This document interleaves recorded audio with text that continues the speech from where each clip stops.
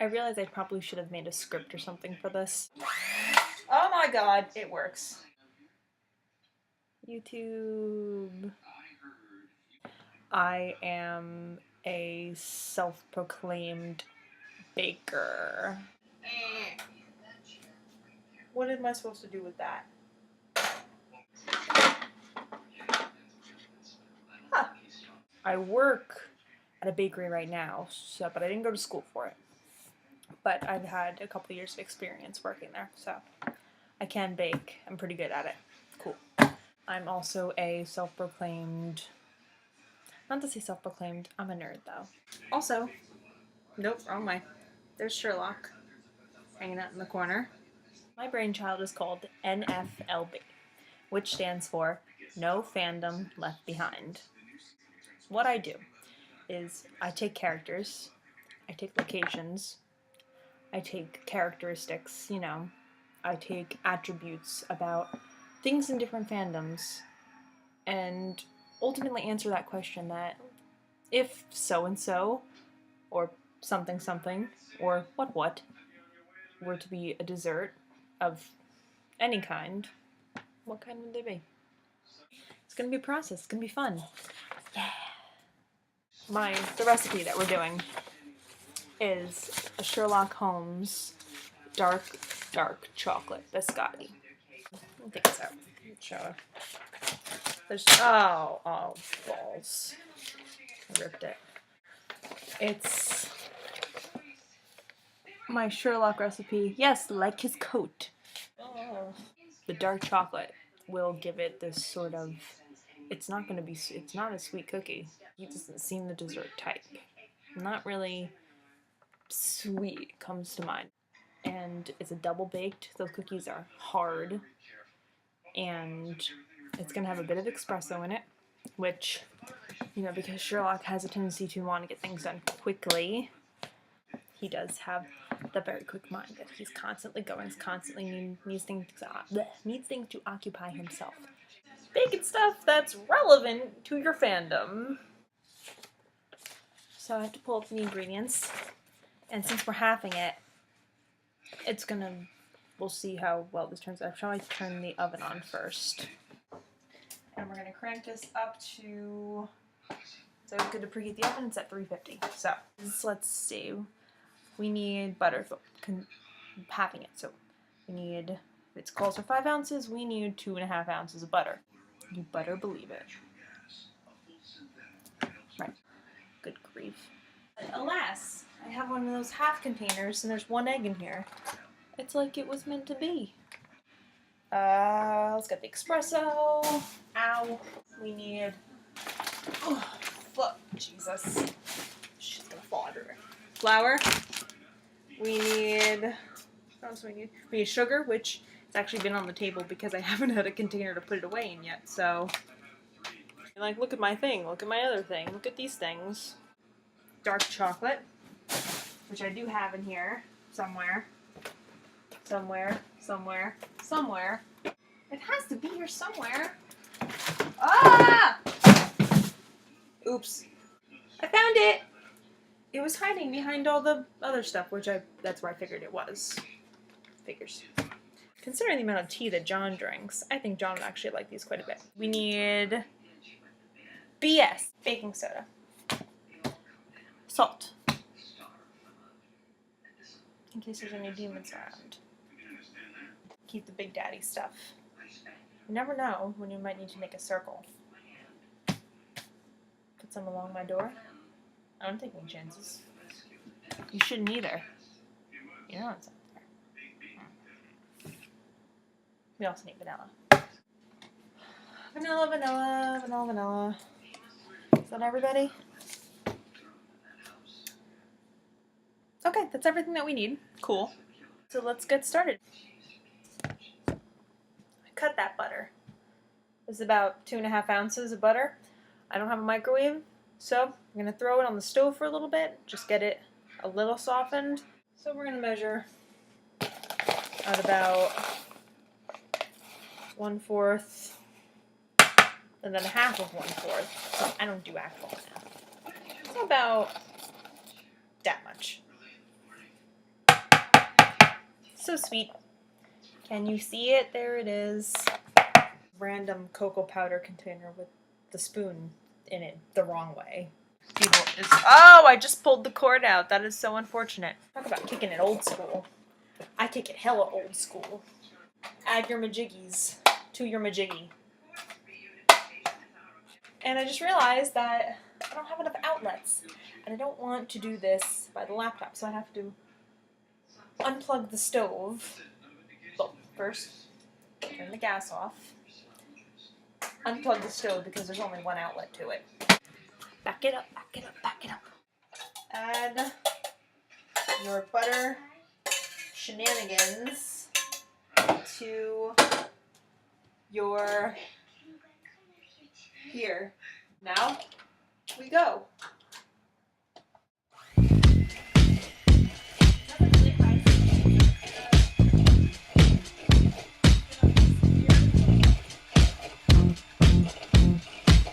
There's one stubborn thing that just won't go away. It's like Moriarty. Yeah. Totally not relevant. I don't care. References.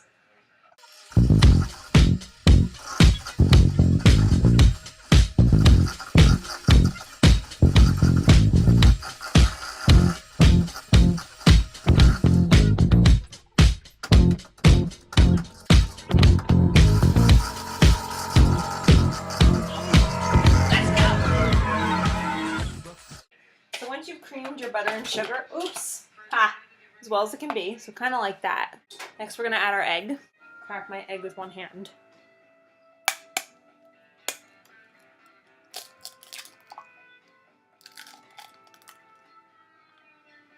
Add that.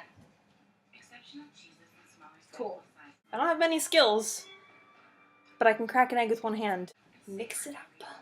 Nice, creamy, sugary, buttery, eggy goodness, which we like. Oh, also scrape down the sides of the bowl. I didn't do that. I'll do it at the end, but you should scrape down those sides. Vanilla. And it calls for a teaspoon for the normal recipe, so we're going to do half a teaspoon. We're mixing together. 1 cup of flour. Flour power. Fantastic. Don't care. Measure out 1/4 of a cup of cocoa powder. Add the espresso to it. We're gonna add, oh, it smells so good. It smells like energy. A tablespoon. So just a, come on, come out. There we go. Tablespoon of espresso. Add your BS. Oh, and we have to add the salt too. Half a teaspoon of salt, half a teaspoon of BS. We're gonna whisk this gently. Cocoa powder is insane and wants to just go everywhere. We don't want that. What we're gonna do is we're gonna add this very carefully in increments to your wet mixture, because if you don't, you will have pretty much like confetti. It's a parade, but not confetti. Flour and chocolate, which will give you buggies in your place of residence, and no one wants buggies. I'm gonna add it a little bit, like so.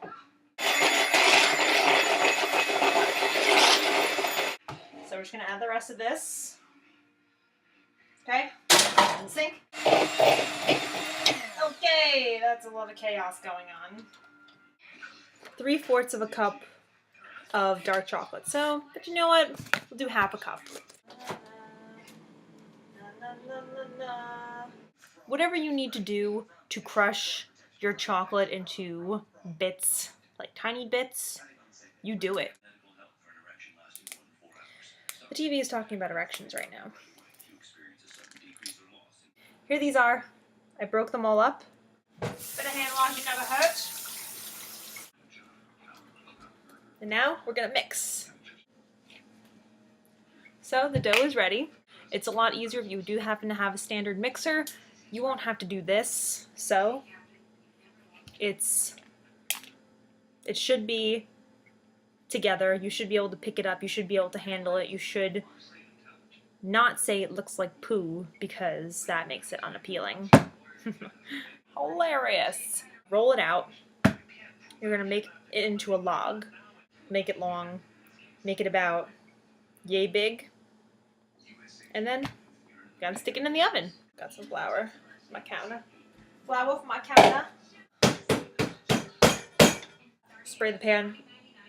If it's non-stick, you know, go use your discretion. But spray it because you don't want that shit to stick, because then you can't eat it and it sucks and it won't look nice. I just decided we're gonna do 3 logs because we want the sign of 3.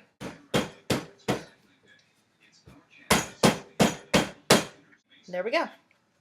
So that's what they look like, and we're gonna put them in the oven for about 35 minutes and hope for the best. But you know what? Can't be bad because you're trying, and this is the process.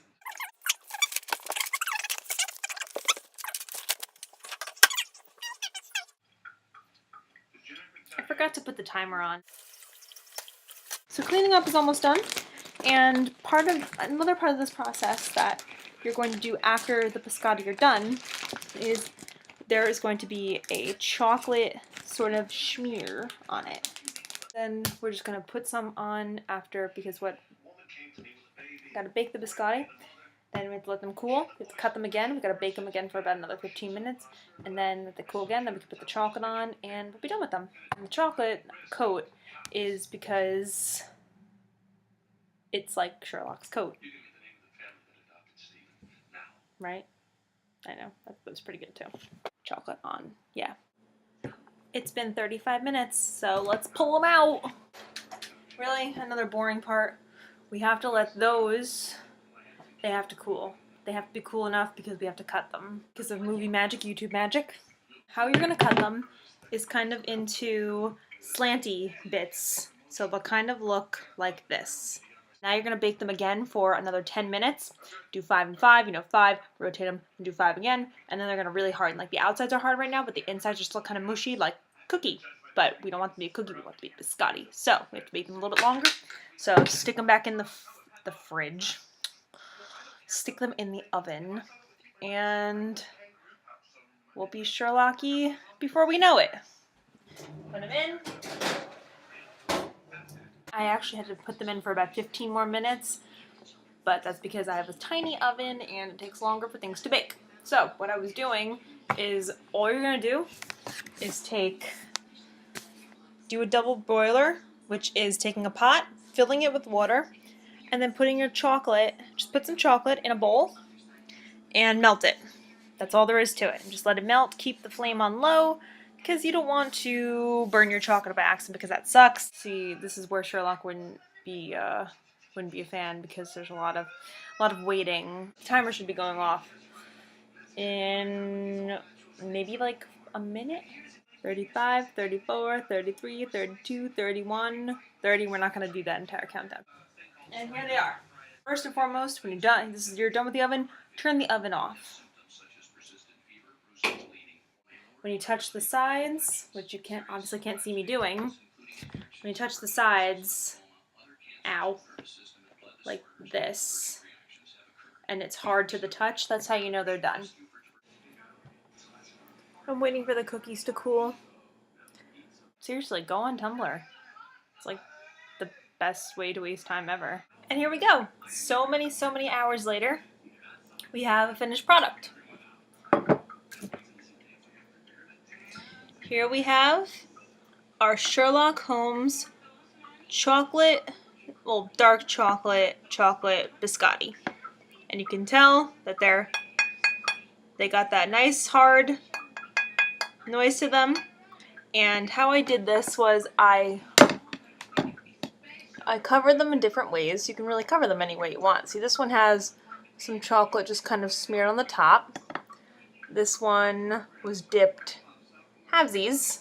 So you got a nice halvesy thing going on. And this one was dipped over the front. So, it's like this, and the bit's covered with chocolate. That's all there is to it. The chocolate covering part is actually probably the easiest part. But they go ideally with coffee or tea. I'm a coffee drinker, so coffee would be my preference, but I know people who prefer tea. That's Sherlock Biscotti for you. This is the end of my first video, my first segment. I hope you enjoyed watching it. I hope it didn't bore any of you too much. I hope that my kitchen was entertaining. I hope I was remotely entertaining. Just call me the Fandom Baker. Yeah, so subscribe and I will see you all again soon.